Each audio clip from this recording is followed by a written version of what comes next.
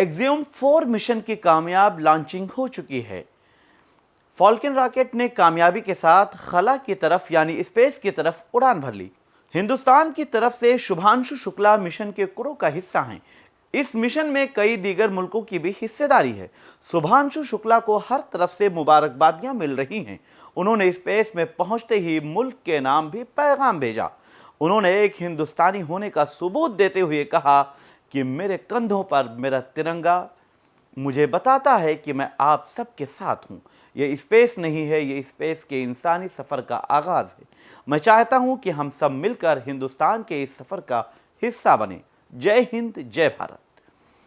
PM Modi ने भी शुभांशु शुक्ला के लिए खास पैगाम दिया। उन्होंने सोशल मीडिया के जरिए सभी को खलाबाजों यानी अंतरिक्ष यात्रियों को नेक ख्वाहिशात पेश की। पीएम मोदी ने इस दौरान शुभांशु शुक्ला को खुसूसी तौर पर मुबारकबाद दी।